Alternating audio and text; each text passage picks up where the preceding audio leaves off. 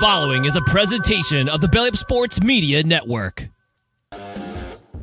Good morning, everybody. After a little bit of technical difficulty, we are here right now on the Belly Up Fantasy Live show. We got a lot to talk about today.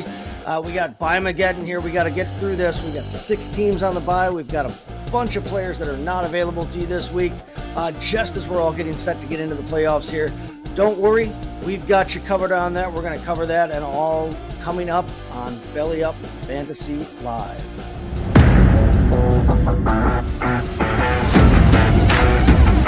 Rieger getting traded to Minnesota changes nothing. 6'4" guys running 4.4s. These guys don't grow on trees, and a lot of times I'm willing to bet on, especially long term, on the freak athlete. You don't ever want to overreact to what guys look like in preseason. There's been a ton of preseason all-stars that never make rosters or never pan out.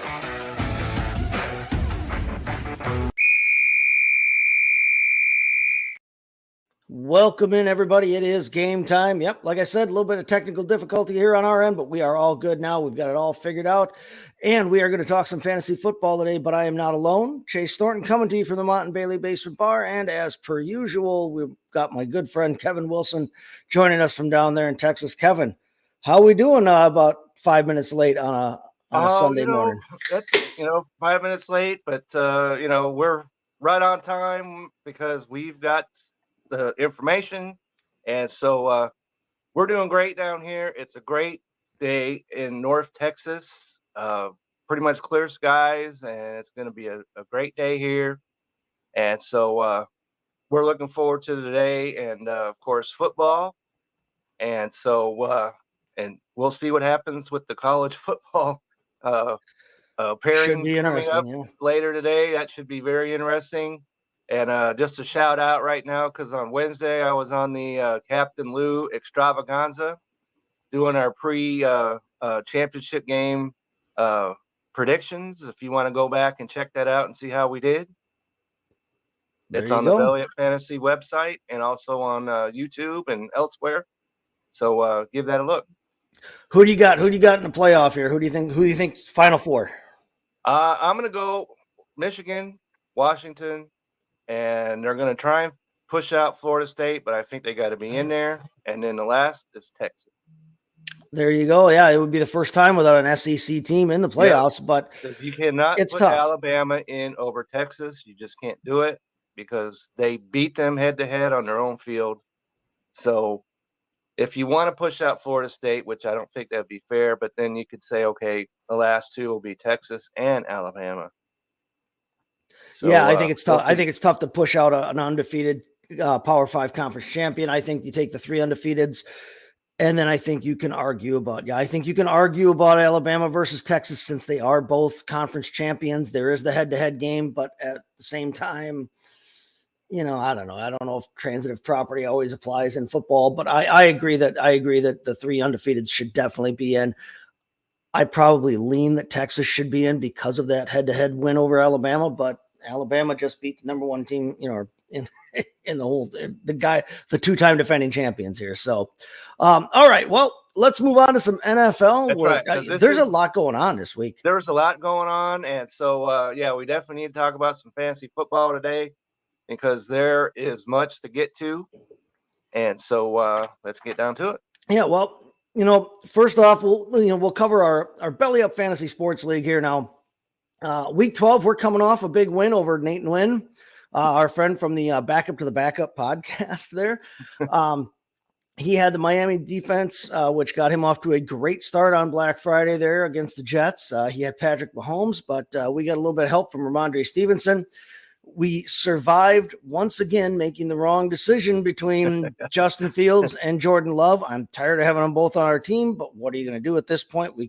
We're stuck with what we're stuck with. But we did overcome that. We're now 6-6. We are still like 9th out of 14, but we're tied with like 3 other teams at 6-6, and we're still just 1 game out of that playoff spot with 2 weeks left. Anything can still happen. This week we're facing the Shock Therapy podcast. Our friends over there, they are at 8-4, sitting in 3rd place. They already have. Unfortunately for us, he started DK Metcalf, which you got to put hats off to him. Yeah, starting we're him we're a against little that bit Cowboys defense, and he gave them 3 touchdowns. yeah, we're going to be a little bit behind the 8 ball when it comes to that. But then he's also got we're it's nothing we can't overcome. But we're going to have to get a big game from some of Yep. our Somebody's some of gonna our have to big step guns up. here. Yep. Some of our players, like Stevenson, you mentioned, and I don't know what Chase can do with Jake Brown even throwing to him at quarterback. Yeah, that's yeah. So, but he is Chase, so you just never know, that's right. and so we got Jordan Love today because we got no one else going up against Kansas City. That's not an ideal matchup, but it wasn't ideal against Detroit either, and he showed out. So we don't need to hide our heads just yet because we've got a shot. Nope. We're still in. We did have to pick up. We only had one basic move we had to make really this week. We picked up, not excitedly, but we picked up Chigokonkwo because we do have TJ Hawkinson on a bye this week. But otherwise, we're at full strength here, so Right. anything can happen. But speaking of DK Metcalf and that That's Thursday, right. A lot of teams are not at full strength because 6 teams on bye, and just stupid. in some of my other leagues, the guy I'm playing in my other redraft league had some real problems. He had like 4 guys on bye. Yeah. So he's behind the 8 ball against he's me. not And alone I had there. like 2. Yeah. Not only is it 6 teams on, I mean, 6 teams on bye, yeah, but like I said, we're talking the 6 teams are Buffalo. So you're missing Josh Allen, you're missing Stephon Diggs, you're missing Dalton Kincaid, you're missing out on James Cook and them, and so another high-powered offense, high-powered fantasy offense. Chicago's out, so you're missing DJ Moore, you're missing Justin Fields there, you're missing one of their 37 running backs, Cole Kmet. Right. Which you probably don't want to mess with that in the first place, but if you had to, at least you had somebody to play. Right. Minnesota's out, which could be a good thing for those of you who own Justin Jefferson. You may end up getting him back next week if you've survived this long without him. But, otherwise. There was some controversy regarding him because I guess in some other leagues, he was listed as out and not on IR. No, yeah. And, and I guess on Yahoo, that's what happened. And so people had to make a decision. Yeah, you can't make any other moves if you got an ineligible player in IR. So that's not a problem in our league because he's still listed as IR. And so what are you going to do? Because they're on bye anyway. So they're on bye. So having them active on your roster doesn't help anything or hurt anything. But it's one of those things you've got to keep an eye on. You got to watch out for. If you've got to, especially in dynasty leagues where sometimes you've got a little bit lesser known guy who's not grabbing the headlines, who might be stashed on your IR. If that guy gets activated, then you go to make a move or go to try and make a trade or whatever. Speaking of that, the trade deadline will be here in just a few hours because in our league, because it got extended in most of my my dynasty leagues. It got extended through the end of this week's games, but this is pretty much it. Other teams that are off right now, Las Vegas. So again, Devontae Adams and Josh Jacobs, you're missing the Giants. So you're missing out on Tommy DeVito, I guess. Missing much there. So I mean, Saquon Barkley, obviously, but and then Baltimore with Lamar Jackson and then Gus Edwards and Zay Flowers and either way, 6 teams on bye. So almost a fifth of the league is gone to you today. Right when we're making our final pushes for the playoffs here in the last week or 2 of the season, depending on how big your league is. So, tough to try and get through that. But if you had anybody on Seattle, if you had anybody on Dallas, we got off to a pretty goddamn good start here on Thursday night. We finally saw. Yeah. Who could have predicted 35 points from the Seahawks against the number 1 defense in football, pretty much. And in terms of scoring, in terms of pounding people down. I started Tyler Lockett in my redraft league because I didn't have a choice, really. Yeah. And he was okay, but he wasn't DK Metcalf. He was okay, but he didn't shoot the lights out like some of the other people in this game did. Yeah, Dallas takes away a 41-35 victory here. Seattle leading for most of that game, and looked like it was going to be. It looked like it was going to. It came right down to the end. It did. Right, and this just goes to show how agonizing it can be in fantasy football because the winning touchdown was scored by Jake Ferguson, whom I have in my redraft league, and Hawkinson's on bye, so I had no other alternative but to play Jake Ferguson, and he got me a touchdown, which is good. But it beat the Seahawks at the same time, which not yeah. so, Yeah, when the guy you're cheering for in fantasy is the guy that's facing your home team, that's always a rough shot. But I mean, once again from Dallas, you had a great game from Dak Prescott. 299 yards. He just missed out on 300. But Prescott, I know people still try and say, "Well, is he an MVP candidate?" Of course he is. Yeah, at this point, he's playing lights out. He's been lights out for about the past month or so. He's playing unconscious. 3 more touchdown passes. Also, he chipped in 23 yards rushing, but just another phenomenal game from him without an interception there. Mr. Tony Pollard didn't have a great game. Did his best Joe Mixon impersonation there. But he was good enough. Running 20 times for 68 yards, but he did get you a score on the ground. He did catch you 3 passes for another 15 yards. So, by the time all's said and done there, he does get you up around 17 points or so there. So, I mean, not a bad day. Not quite you'll take that. Yeah, no, not quite the RB2 day. I had him ranked as my running back 2 overall this week coming in. Yeah. But still, the kind of game that you will definitely take from him, like I said, is his best kind of Joe Mixon impersonation there. CeeDee Lamb, great game. 17 targets for CeeDee Lamb in this game. Caught 12 of them for 116 yards and a score. And, by the way, ran a couple times for 30 yards, too, in the official box score there. Just, lights out game for him. But 17 targets, that's decent. That just tells you the other wide receivers, you don't need any of them. Yeah, well, yeah, right. Because first off, I mean, Brandon Cooks did score. He caught 4 balls for 45 yards and a score, so he got you a nice double-digit, point day.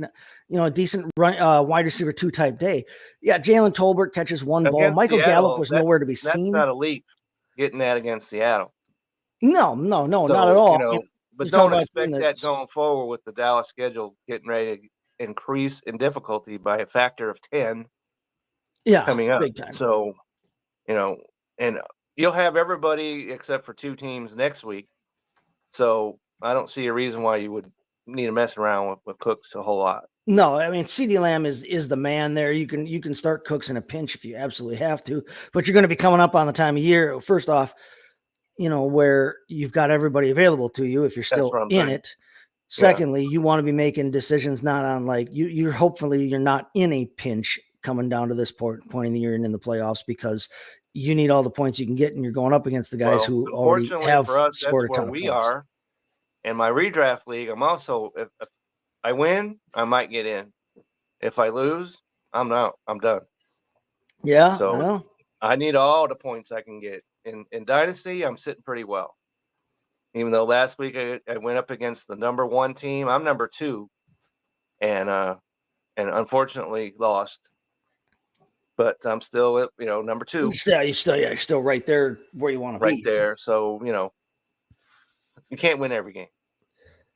So, like we mentioned, CeeDee Lamb here, 17 targets. That's the most anybody's seen since Amon-Ra St. Brown had 19 in week 7. There's only been 5 games this season with a guy with more targets in a game than CeeDee Lamb's 17 the other night.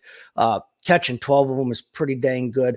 You mentioned Mr. Ferguson there, 6 of 8 for 77 yards and a score. That's got a good chance to be one of the top 5 tight end lines on the week. And then, like we said, Brandon Cooks with the score. On the Seahawks side of things, always where the big surprises were, because, like we said, we all kind of figured that this Dallas defense being so tough. Right. And I know, the Dale, the guy that is in my league, and I discussed DK Metcalf, and he went back and forth. Should I do it? Should I not do it? Put him in my lineup. Then he took him out right before the game. Ouch. Yeah. So that's a big ouch right there.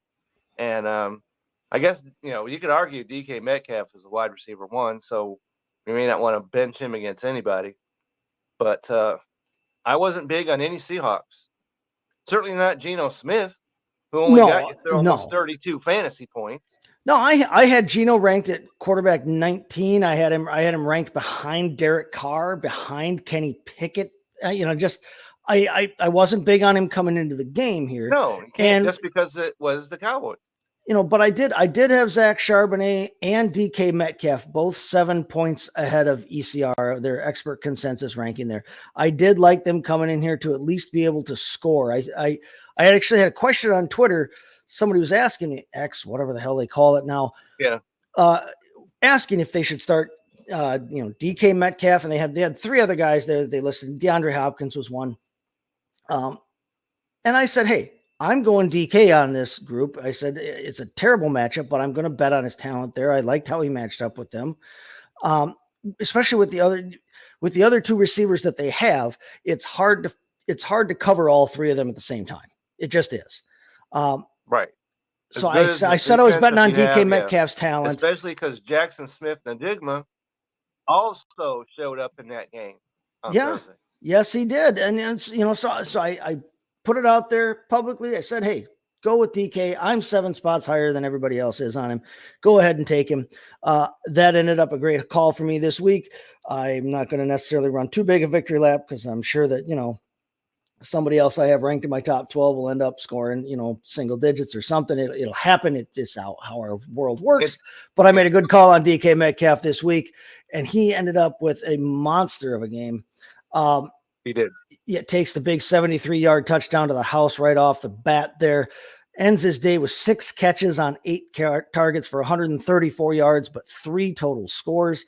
Right. Just a phenomenal day from him. Gets you almost a 40 spot there against one of the best defenses that we've seen for a while here. You mentioned Jackson Smith and Jigba, 7 catches on 11 targets for 62 yards. So he has a nice double-digit day as well. Actually led that team in targets, which is a nice development to see if you're a Jackson Smith and Jigba owner, whether in Dynasty or redraft. Maybe not so much. Yeah. Tyler Lockett. Yeah, Tyler Lockett had that. I think we all kind of feel like Jackson Smith and Jigba, if he succeeds, it's at the expense of Tyler Lockett rather than anybody else on that team. He's not going to succeed against DK Metcalf. Yeah. No. And it looks like the future there probably is more DK Metcalf, Jackson Smith, Jigba. Absolutely, that's the case. But there's no guarantee that Lockett's not there again next season as well. So this could end up being a 3-headed monster for at least another year or so here. But just either way, great game from Seattle there. Almost pulled it out. And I'll tell you what, this was probably their last best chance to really make a push for the playoffs. Yeah, because they got San Francisco next week and Philly the week after that. Yeah. And so I predicted a couple weeks ago that that's maybe likely Seattle 6-8 by the time 2 weeks comes. That's an absolutely brutal 3-game stretch there to have to run against because they played San Francisco, then the Cowboys, then San Francisco, 4-game stretch, Philadelphia. So wow. Somebody didn't like them in the league office this year. A couple weeks ago, they did not on a missed field goal, but 59-yard field goals we mentioned, you don't hit those and he's our kicker, Mr. Myers, and he's so we came away with his extra points, but we didn't come away with any field goals. I mean, a guy that since we signed him, picked him up, has scored us a ton of points, actually has been key in a bunch of matchups for us. So we can't complain too hard about that. No. But 4 points, hey, from your kicker, who knows? Sometimes you're going to get that. That's a good point to make real quick here then before we move on kickers in fantasy is the kickers on the high-powered offenses, not that Seattle's a high-powered offense, but my point here is that Seattle's not a high-powered offense, but they were on Thursday night.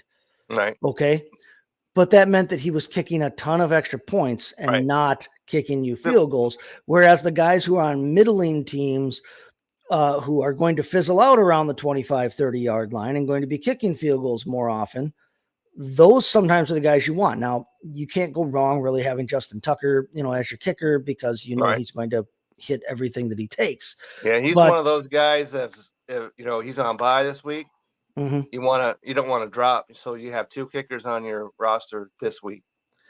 Right. He's undroppable, Justin Tucker is. So, Dallas is a high-powered offense. I think we all agree on that right now. And points per game, their kicker, their rookie kicker, Brandon Aubrey, is the top kicker in fantasy by points per game basis.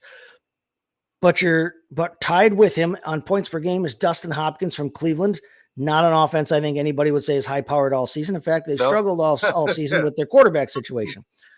Right behind them is Brett Maher on the Rams, who's had a rough go, who have had a rough go of things offensively. Brandon McManus for the Jacksonville Jaguars, who have been coming on lately, but haven't necessarily been, shooting the lights out every game all season. Jake Elliott then on the high-powered offense in Philly, but then Blake Grupe, Jason Myers, Matt Gay in Indianapolis.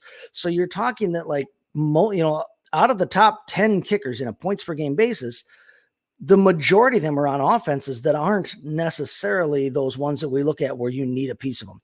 They're not coming from the Kansas Cities and those kinds of places. It's coming from the places that are a little more middle of the road, or even in Cleveland's case, place where offense has struggled, and Dustin Hopkins some weeks has been their source of offense, and a big key in their scoring. So just one more. Okay. You and I both agree that kickers need to be a part of fantasy football, should be a part of fantasy football. Absolutely. Because it's football. If it's not, then you're a fake league. All right. But it does introduce on some unpredictability and some difficulty in setting your lineup or making your draft choice or your week to week, what you want to do with them. It does make it tough, but that's why we play the game, not because it's easy, but because it's hard. Right. I think some president said that at some point. Everybody would have a show like ours. Right. There you go. All right. Let's take a listen to our friend here, Ryan McCarthy, telling us about SeatGeek. We come back on the other side. We'll talk about some of the headlines that are coming out, because there's some big ones coming up this week. Hey everyone, it's Ryan from No Credentials Required to talk to you about one of our newest partners at Belly Up Sports, SeatGeek. Yeah, live sports is great on television, but the feeling of being at the arena is a priceless experience. That's why our friends at SeatGeek are there to help you find the best tickets at the best prices. Not only can you get tickets to sporting events, but you can also get tickets to concerts, comedy shows, musicals, and more. Search for your desired event now at SeatGeek.com, enter promo code BellyUpSports at checkout, and you save $20 off your first purchase. SeatGeek. Life's an event. We have the tickets.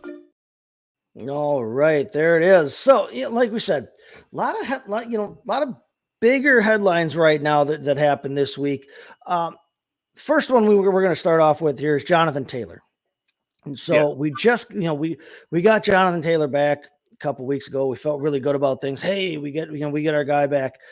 And then he comes out last week and has just a Jonathan Taylor kind of game. He does. And it really felt like, hey, we're going to get back on the ball here. I mean, he came away with 21 fantasy points for you last week. Played the whole game. And scored a couple of touchdowns. Yay.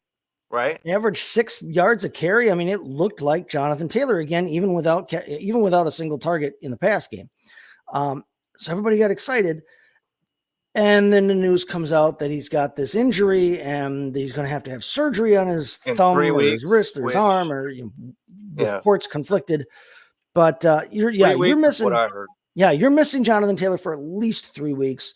I believe maybe it was Ian Rappaport of the NFL put a report out today that said it might be 3 to 5 weeks, which really sucks because that's going to take you through. That's your whole fantasy season right there. For the Colts, that's fine because the Colts right now are sitting in playoff position. But, for those of us who have him and are hoping to use him in our playoffs, that's a bit of an issue here. So you may be missing Jonathan Taylor for, obviously your most important stretch of the season. And it kind of, man, he's such a good player, but it's almost like 2 lost seasons. I mean, you got 11 games out of him last season, but really was last season anything that, then he got hurt right at the end. Yep. Didn't play. Got nothing out of him out of your playoffs. Yep. And so far this season, you got 7 games out of him. So far. We had to sit around and wait for him the first, weeks. And then, because we weren't very excited about him. I remember going into the season. Well, there was the contract situation, and was he going to be even there? Was he going to be Everything. traded? Was he going to be Yeah. whatever? Then they And extended then he him. was on. He wasn't going to play, and everything else. And so it took him a minute to get his feet under him, but he did. And so, as you mentioned, you get excited, and then you're ready to turn him loose to help you make, either strengthen your playoffs or get to the playoffs. And now you don't have. Yeah. So I mean, scoring more points per game than he did last season, but he's played fewer games than last season. We don't know if we're going to see him again this fantasy season. Really tough. But then even if he does play after 3 weeks, that's 1 week into the playoffs already. Right. But then, you look at his backup here, and the guy that's coming in for him, Zach Moss, has been one of the most capable backups in the entire league so far this year. He's put some good games together, and he's put some very good games together. Yeah, very good games. And so if you have Zach Moss, there's nothing to debate here. Yeah, no, fire him out. He's a locked-in starter for as long as Jonathan Taylor is out. He's a running back one type right now. I would argue a low-end running back one, high-end running back two type going forward until and unless Jonathan Taylor comes back. This is a guy that had 9 points last week in that complimentary kind of fill-in role with Taylor getting a little bit banged up, but he's the one who saw all the targets in the game at the running back position there. Couple weeks ago, against New Orleans, he scores 14 points. And before that, when he was actually getting the run as the starter, he had games of 17.9, 20, 22, 33 points in week 5 against Tennessee. A team that is not easy today, against the run. By the way. Yes. That's their opponent today. And so he gashed them good. Yeah. And they're middle of the road against running backs against fantasy running backs. So you would like it to be a little better matchup, you would think, but he torched them already once. He can do it again. Ton of volume against them last time. It's his second highest game of the year in terms of carries at 23. That's his most yardage of the season. 165 yards rushing against Tennessee in week 5 he had. So, I mean, yeah, fire him up if you have him, wherever you have him. Here.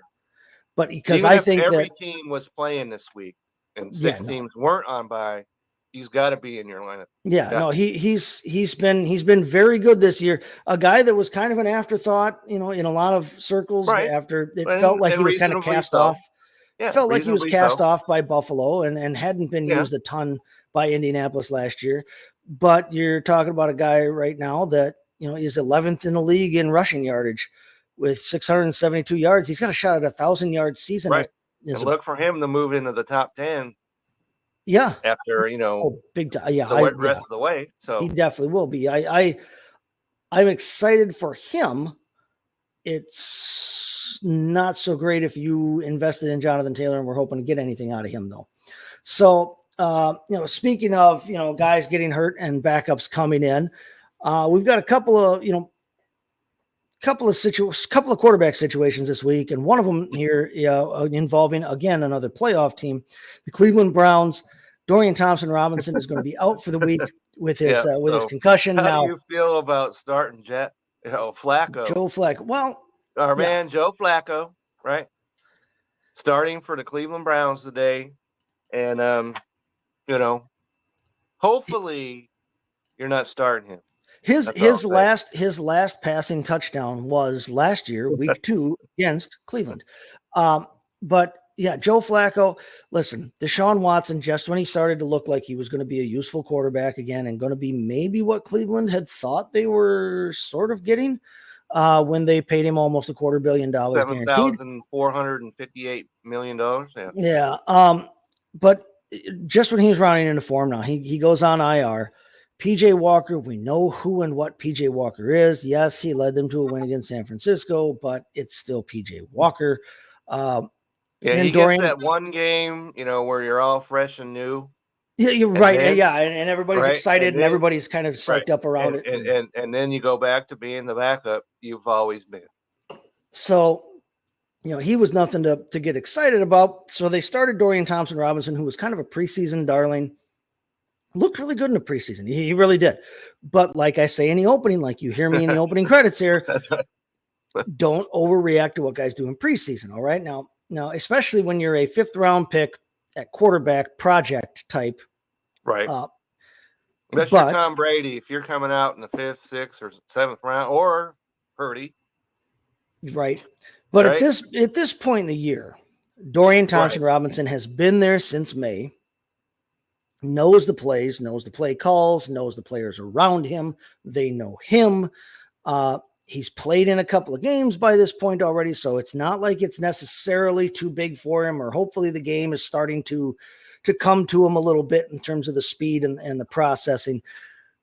And then he's knocked out last week with a concussion, and you're going to bring in Joe Flacco, and 28 minutes later, you're going to start him in a playoff, in a game that you need to win. You're hoping to get Dobbs out of him. Yeah.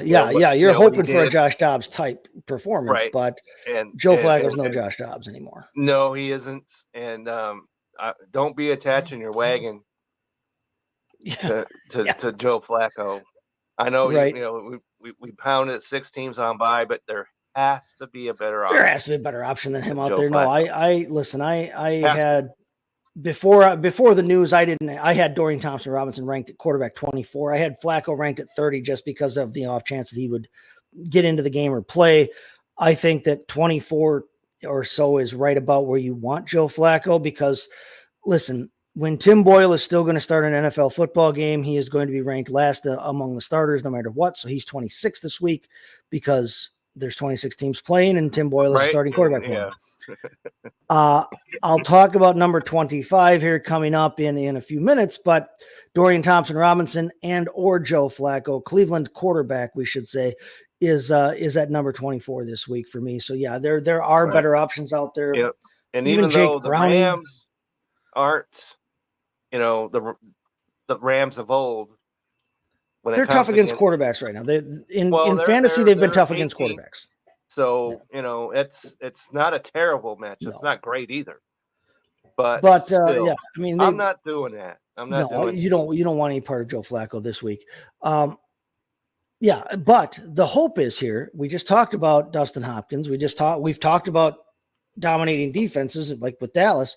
The hope here is that you continue to win and win ugly, like we've seen Joe Flacco win ugly before. Joe Flacco won a Super Bowl on a team like this that ran the ball, that had a tough defense, where he just had to kind of come in and do things. Now, he had a great run in those playoffs, and played very well. And Joe Flacco is not the Trent Dilfer of the equation. Like people always bring that up when Trent Dilfer won a Super Bowl. True, but Joe Flacco actually did quite a bit for that team that year. But he was an actual starter. Yeah, and that's also back in the black and white days, ancient history by now. And Joe Flacco's our age. Yeah, the only issue I could see with this whole thing, in this game, because you want to turn the running backs loose, the only problem with that is the Rams are outstanding against running backs. Yes, they're one of the top 10 teams you against. Expect a big game out of Jerome Ford? Don't expect it. Yeah. Okay. The one thing, fantasy wise, the thing that we can say here, though, Joe Flacco's probably not looking to throw the ball downfield. He's not probably going to look to push it deep. He's going to be looking to check it down. What does that mean fantasy wise? That means David Njoku at the tight end position, because tight end is typically a check down type. Right. And they're not good on a lot of routes. Tight end, the Rams, So no. And David Njoku's been great lately. 33 targets over the past 3 weeks, including 15 targets in a game 2 weeks ago at the tight end position. So David Njoku makes a good play this week, even though Joe Flacco's getting the start. I still have David Njoku ranked. I have him ranked at number 6. I'm 3 points ahead of ECR on him this week. I really like David Njoku as a play this week. You can talk me into that, no question. The other thing that you like then, as a Browns running back manager, with Ford, with Hunt, is that this is an offense, I've said it all year, this is an offense that wants to throw to their running backs anyway. So they have plays schemed for that. But then you add on top of that the fact that we're going to have Joe Flacco possibly checking down all over the place. Where do you check down to? Well, we already talked about the tight end position. The other place you check down to 9 times out of 9.5 is your running back position, which is going to be Jerome Ford, which is going to be Kareem Hunt. So there is that possibility, that hope today as well. I have Ford ranked a little ahead of ECR. I have him at number 24, so I've got him right on that back end of a running back 2, the Right. flex line there. I do like him to be that way. I do have Kareem Hunt ranked as a flexible option as well this week inside my top 30. Right, because you may not have any other option. Right. And you know, I don't like Amari Cooper this week. I mean, but you shouldn't, because they're not going to be looking to push the ball that far down the field. No. And you know, with him being banged up lately anyway, and that, I have him barely inside my top 40, but it's going to be rough. Right. So there you go. That's probably more Cleveland Brown news than you'll get anywhere else. Right. We may not talk about that again. We may not talk about them again for the rest of the season. But it's a big game for them. It's a big game for both teams, actually, because Cleveland is right inside they're all the way in playoff LA bubble. And so you know, the Rams have shown some backbone, right, of late. So well, right now Cleveland is holding down that number 6 seed in the AFC, and you know, but they've got 3 teams right on their tail, and they've got by far the worst situation right now in terms of their starting quarterback of any of the teams that are fighting for playoff positioning right now. I don't necessarily think of the Bengals as fighting for playoff positioning. I think they're dead in the water right now. They just have not looked great. And Jake Browning is not taking anybody anywhere. They're just not a good enough team around him right now to be able to carry him. But the Rams, on the other hand, are not in the playoffs, but they are on that playoff bubble right now. Record-wise, they're tied with Green Bay and New Orleans, 1 game behind Seattle for that 7th spot. Now, Green Bay owns a tiebreaker over them because they beat them head up. Green Bay owns a tiebreaker over the Saints because they beat them head up. So the Rams need to win games. They can't afford to give games away. And when you've got an opportunity like this against a wounded team at home, you know, even as that came out of my mouth, being at home in LA is not like being at home in anywhere else. It is any other stadium, because everybody else's fans, I guess, go to LA, or they live in LA or whatever it is. So the Chargers and the Rams both do not have a home field advantage. It's a weird situation. They talked about this when the teams were going to move there. They've talked about this every time they talk about where teams are playing and where teams should play or teams moving. Los Angeles, obviously, it's one of the major cities of the world. It's got a gigantic population. It obviously has enough people to support all of these different professional football, a pair of professional football teams, a pair of professional basketball teams, a pair of professional baseball teams, a hockey team. They've got teams, include Anaheim. If you're going to count the Angels as an LA team, you're going to count the Ducks as an LA team. They've got by far enough people to support that. But the problem is that you're in a place in Los Angeles where there's just so much going on, so much to do. Warm weather city, so all year round you can be doing different things. It's not like places up north where in Buffalo, the Sabres and the Bills are the only game in town and the only thing to do in town from if you can get out of your October driveway, through May. There's just nothing really else going on. So you're right. Their home field advantage. It doesn't necessarily you don't get that raucous, crazy Kansas City type crowd. You don't get that. You don't get that at all. And, especially, because that whole stadium was supposed to be for the Rams, and then the Chargers just said, "Okay, we'll kind of come along in there and move." The Chargers situation is even more dire at home than the Rams. But seeing as we're talking about Rams right now, but there's no home field advantage for them there. And I would bet there'll be a pretty good contingent of Browns fans in that stadium today. And be an interesting one to watch. And obviously we know, if you follow the show at all, you follow me at all, I'm a Browns fan secondarily after the Packers here. But that's a big game. Both teams really need that win to hang tight in that playoff race. With the Browns, Browns trying to cling to one, and the Rams trying to climb to one. So said earlier, the Seahawks are going to slide out of playoff contention. So one of those teams that's behind them, whether it's your Packers, or the Rams, has a chance to get in. Has a great chance to get in. Right, and if the Packers can show out today against Kansas City, they obviously take the lead in my, They've got a playoff great structure. 3-game stretch. The Packers have a great 3-game stretch after that of winnable That's games right. where if do. they can do. somehow pull this one out here today against the Chiefs, they would probably be sitting in great position to not only take a playoff spot, but possibly move up to that 6th seed behind. I mean, obviously the loser of the NFC East is getting that top wild card spot. It's either going to be the Cowboys or the Eagles. Looks like the Cowboys right now, but that's going to be your 5 seed. Your 6th seed and your 7th seed are the 2 that are up for debate right now. But yeah, the Packers have a shot at it. I don't think they're necessarily a realistic team. Today, their schedule eases up greatly. So even my best home colored green and gold glasses can't necessarily tell me this is a team that will do anything if they can get to the playoffs. But from a fan standpoint and from somebody who's trying to look at it realistically, making the playoffs in Jordan Love's first year would be a big confidence booster and a big step it would be going forward, because that would put you ahead of. That's right. And then the Packers can stop wringing their hands over whether or not Jordan Love is a startable quarterback. Yeah. So Flacco starting for the Browns, another quarterback situation that we could look at here. Not necessarily one that's as exciting to talk about from a playoff standpoint or even from a fantasy standpoint, but one that does need mentioning because it's starting quarterback. Looks like Bailey Zappi is going to be in this week for the New England Patriots instead of Mac Jones. I'm sorry to laugh. That's never a good sign when you mention somebody's name and you laugh. You're right. It's never a good sign. Just rough last week, man. Right. I mean, it's been rough all year for them. I thought we would talk about this, and I actually wrote it down, okay? And do you know how many yards passing he had last week? Bailey Zappi had 54 yards passing. 54 yards. Because we talked about this on the Sunday night preview show. Okay. And I talked about it Wednesday night on Operation Domination.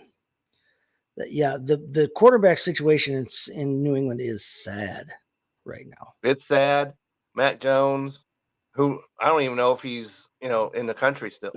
And so did he leave? Maybe he went into the witness protection program. I'm not too sure. They did also elevate Malik Cunningham. Their speaking of guys who look like preseason all-stars, they did elevate Malik Cunningham as well to the active roster, a guy who's kind of been running for those of you who are old enough to remember this Cordell Stewart type role, where kind of a slash role for them all season, kind of doing some quarterback, some receiver kind of work. So yeah, who knows if Mac Jones even would get in the game if Zappi struggles or gets hurt. Right. But you're talking about 2 guys last week. You mentioned 54 yards passing from Bailey Zappi. Mac Jones was a little better in terms of the yardage, but he threw 2 interceptions as well. Between the 2 of them, they completed 21 of 35 passes for 143 yards, 3 interceptions, a grand total between 2 of them in the same game. But the quarterback position for New England last week scored you negative 0.28 fantasy points. The plane has crashed. Okay. When you have at your quarterback position in a collaborative effort. A collaborative effort, first of all, which is never good. Right. All right. Because if you have 2 quarterbacks, you don't have none. Yeah. Right. And then, as you mentioned, I'm sure it's happened, but to get negative out of your quarterback, that's rough. Yeah, you really gotta, you probably gotta stay up studying up late at night to come up with a bad score like that. But unfortunately for us, though, when we talk about this, because Stevenson at running back, right? If they got any passing game at all, he, last week, even with what you mentioned, he had 21 rushes for 98 yards and a touchdown. Yeah, and they're facing day. Yeah, they're facing the Los Angeles Chargers, who are a good matchup across the board. They're one of the get-right defenses in fantasy football right now. Because they don't have a ranking above 20 or no, above or below. Yeah, no, they're third most points against running backs. That's the best ranking they have. third most points against quarterbacks, ninth most points against third most points against quarterbacks, ninth most against running backs, third most against wide receivers, eighth most against tight ends. Yeah, Right. they are one of the get-right defenses in fantasy football. And that's why the Chargers have a losing record. Right. With a defensive-minded head coach, by the way, in Brandon Staley. Right. Y'all just and, keep that. and it's one of the more fascinating things because Keenan Allen, right? Yep. Coming off a November performance where he had the most catches in a single November ever. Yeah. Ever. You could talk about Randy Moss. You could talk about whomever. He had more catches in the month of November than anyone ever has had. But yet it does not matter because their defense is absolutely awful and they can't win games. No, Keenan Allen's got himself up to wide receiver 3 overall on the season. If you want to talk points per game, he's number 2 on the year, scoring 23.2 points per game fantasy-wise. Keenan Allen's been amazing, but their defense has not. And so, it's unfortunate because you see New England rolling in here, limping, however you want to term it. But, hosting the Chargers, so it's a home game against a terrible defense, right. And yet you literally have no answer at quarterback. Oh, and by the way, your top 2 wide receivers on the year are both hurt. One is on IR, and the other one, Demario Douglas, is going to be missing today as well. Yep, Devontae Parker, who I don't talk about anyway, is out. It's going to be rough. It's going to be rough for them. And then you talk, well, we don't want to mention him. Really don't. But Parker, he has this year? I don't like talking about him. He's not my guy. He has 0. Yeah, I don't rank him. He has the same amount of touchdowns as you and I have. If he was the last receiver available on the planet, I wouldn't have him ranked in my top 10. So I don't rank Devontae Parker anymore. I'm done with him. Nope, we're done with that. And but as a result of all this, I mean, I still do have Ramondre Stevenson ranked as a starting running back this week. You have to. You have to. It's too good a matchup. They're going to have to rely on him. They're going to have to throw the ball to him, I believe, as well. Because, he had 5 catches and 5 targets. You know how many yards he had? Yeah, it was rough that way. 9. Yeah. 5 catches, 9 yards. Yeah, I mean, the nice thing is he's catching 5 balls on 5 targets, and you got to look at that, and you got to hang on to that because eventually points for you right out of the gate. Yeah, and that's the key there. The yardage for his receiving total is gravy as much as it is. But eventually, he's going to take one of those. He's going to break one of those for more than 9 yards on just one catch. What you want to see is him continue to get those 5, 6, 7 targets in a game like that, because when he does that, he's going to score you some points. When he's only going to get you 2 targets in a game, like back in week 5, that's when he's not scoring you anything. You want him getting that usage in the pass game because that's Ramondre Stevenson's main source of value. I think is because he can do both. So. Yeah, so rough situation there. The other couple of headlines we can talk about real quick here. Pittsburgh fired Matt Canada. We knew that going into last week. We come out of last week, and we can all kind of laugh and chuckle at the idea that the very first game after they get rid of him, their offense relatively explodes. They finally make it over 400 yards a game, which they hadn't done in something like 59 straight games with him. They finally outgained their opponents in the game. I mean, they just all of a sudden it looked like a viable NFL offense again, which was not something we were necessarily expecting from Pittsburgh, or had not come to expect from Pittsburgh. They get Najee Harris. We had a Najee Harris sighting. Yeah, Najee Harris sighting as he blew past you for 99 yards and a score, which was phenomenal. Might need the radar gun for that, but we had a sighting. And when you look at this, Arizona, Najee Harris is a top 5 play this week. Speaking of those get-right defenses, yes. Right. Because, Arizona, there's 2 teams worse in the entire league that are worse than Arizona at defending running backs. So Najee Harris, come on down. I actually had him as a start this week. If you go over, Absolutely. head over to bellyupfantasysports.com, you can Absolutely. find That my week article's out 13. there. Yep. You can find my week 13 start sit article where I do talk about Najee Harris a little bit there because I do like him this week. Absolutely. I like what I saw last week out of him. I don't think you're not chasing the points from last week. What you're doing is you're chasing the situation and a guy that had been their lead rusher anyway this season in terms of the carries that he's getting in the backfield. I know we all want to see Jaylen Warren do more. It feels like we don't, but it feels like the entire fantasy community is just, champing at the bit for Jaylen Warren to take over this backfield and lead it. The fantasy community is in the prayer closet for this guy. Yeah. And so, it's not happening. No. And so, Najee Harris, now Warren's still going to be a guy. What you need. Warren. Yeah. No. Warren is still going to be a guy. He's not going away. He's still going to get touches there. In fact, I have Jaylen Warren as an RB2 this week, ranked at number 18. But I've got Najee Harris. Yeah, I like Najee Harris going forward. I think he still maintains his spot. I think they're both RB2 guys going forward, and whichever of them scores in the game will be the one that that comes out on top, because I think it's going to be that kind of share. It looks like Jaylen Warren probably gets more of the pass work going forward, which is unfortunate because Najee, part of what made him so brilliant his rookie season fantasy wise was the fact that he saw 94 targets.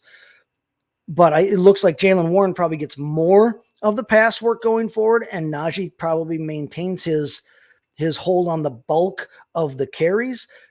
Jaylen Warren being usually a little bit more explosive or a little bit more electric that way, so maybe doesn't need as many carries. But we'll take that kind of game from Najee Harris all week long, every week. So good stuff. But they've got a chance to get on a roll this week, like you said, facing an Arizona Cardinal defense that is, as I mentioned, one of the get-right defenses, along with the Washington Commanders.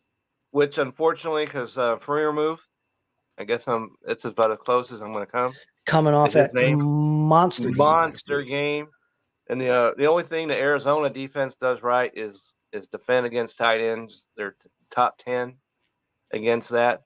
But, you may not have any other choices. Scheme-wise, who knows? Who knows? If they're going to throw to him like that, like they did last week, and if they're going to continue to pepper him with 11 targets at the tight end position, you'll take that. He's not always going to catch 9 out of 11 targets, but if he's going to continue to see 11 targets at tight end, he's still a playable tight end regardless of the matchup there. So I like Freiermuth that way.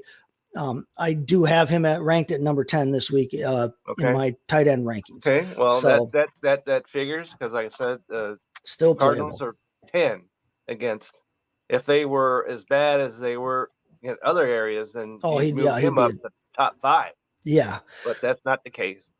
So that'll be an interesting one to watch this week. Is to watch. Yeah, again, do we start to see a trend here? Obviously, one game is not a trend, but do we start to see?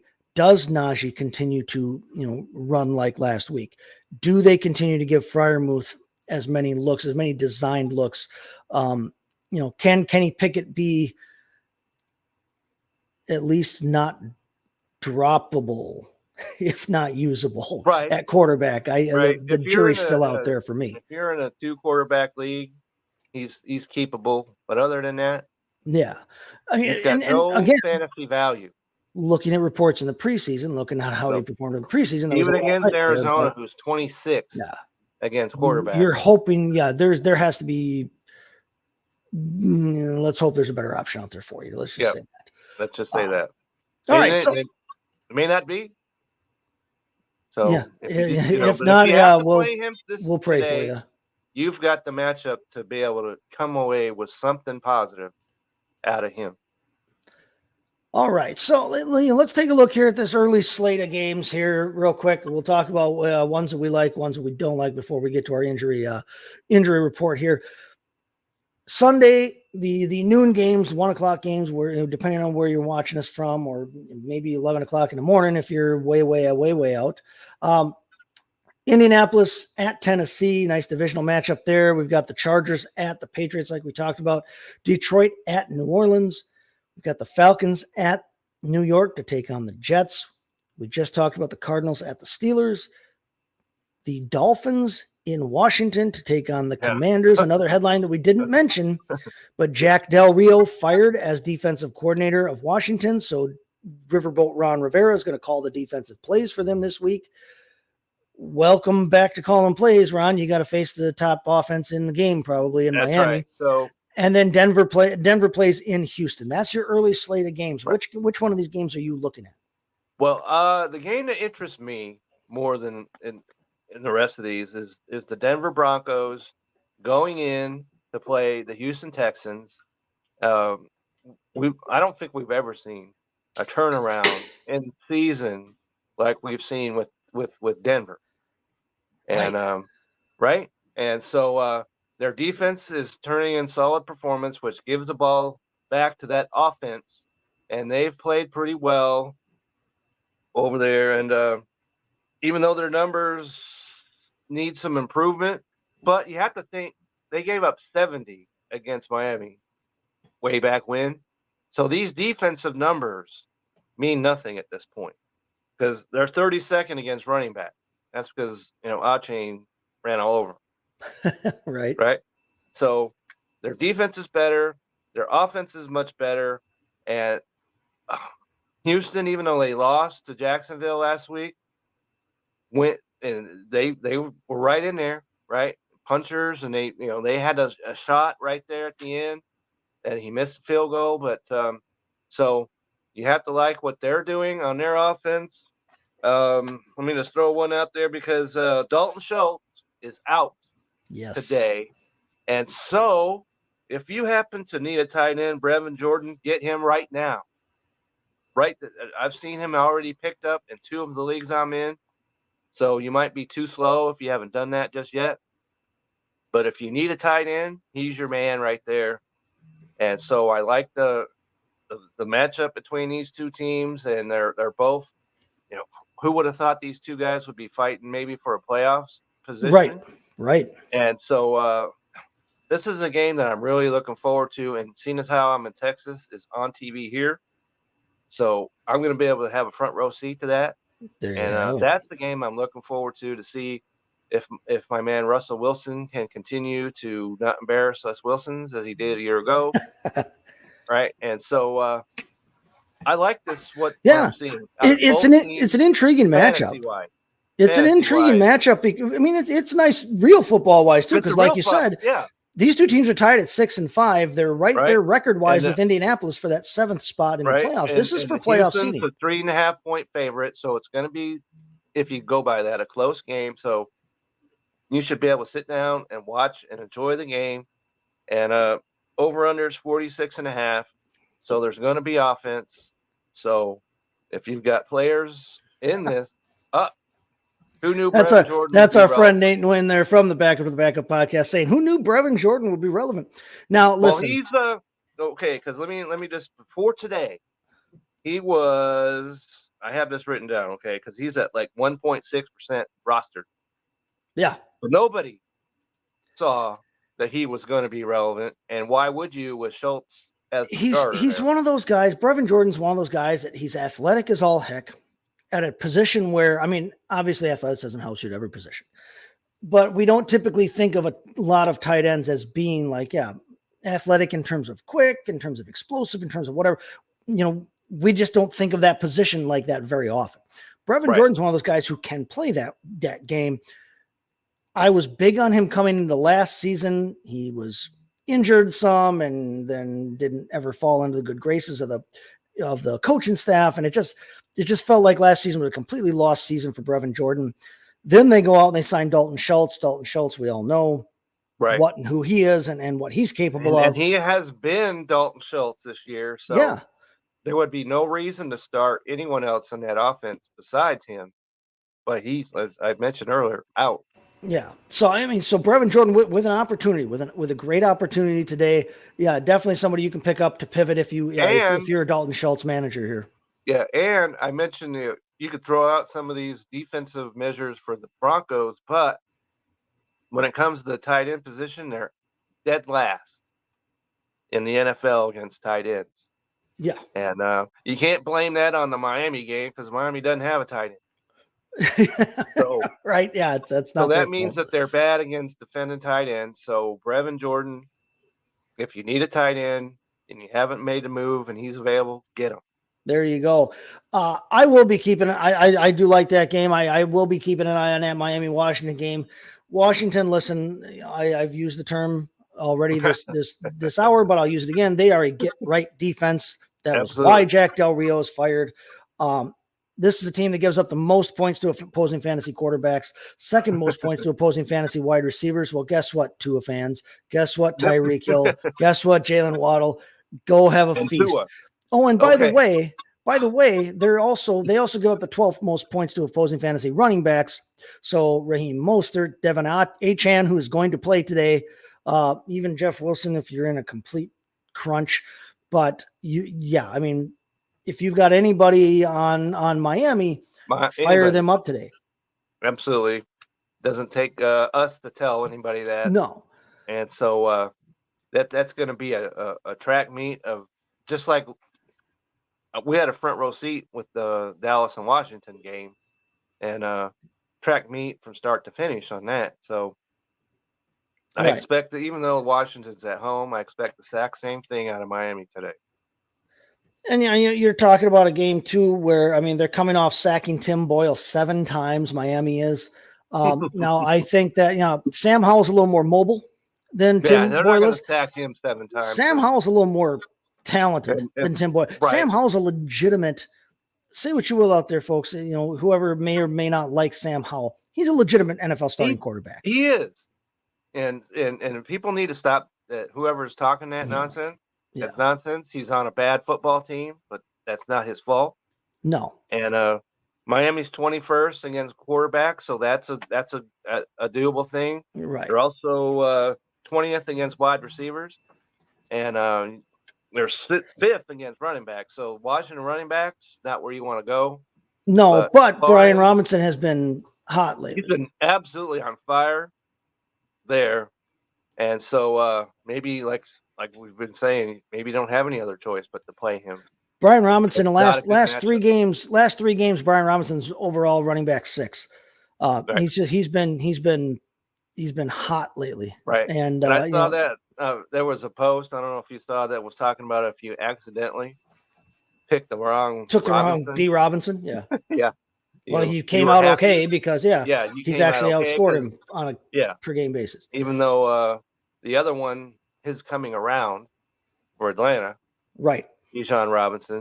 But the other one is dealing with Arthur Smith as his play caller, so we don't want to deal with that. Late game window here. If you're watching anything other than San Francisco, Philadelphia, I don't know what you're doing as a football fan.